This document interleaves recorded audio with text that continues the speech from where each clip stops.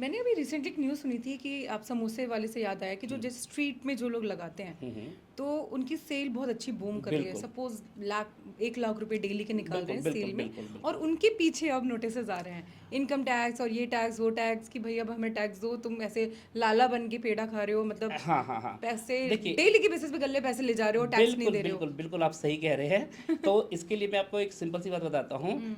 ये 1 लाख रुपए वो आज नहीं कमा रहा है, वो 10 साल पहले भी यही कमा रहा था।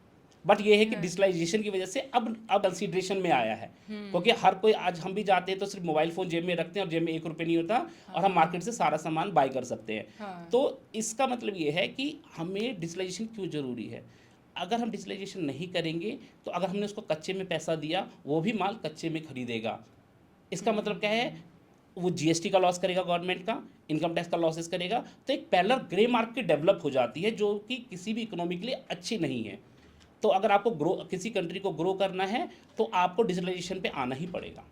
तो मतलब अगर हम इसको पेटीएम से पेमेंट करते हैं, फ़ोन पे से करते हैं, तो वो भी उसी मोड से पेमेंट करेगा, तो वो उसका ट्रैक हो गया, अब वो बिल्कुल एक ना रिकॉर्ड बच हो नहीं गया। सकता और वो। हम अब आपको पता है हमारी जीडीपी कैलकुलेशन का जो मेथड है, वो कंजम्पशन बेस्ड होता है। करेक्ट। तो हमें पता ही नहीं चलेगा हम क्या कंज्यूम कर रहे हैं, कितना कंज्यूम कर रहे हैं, तो कैसे पता चलेगा, क्योंकि कैश का कोई रिकॉर्ड ही नहीं है हमारे पास।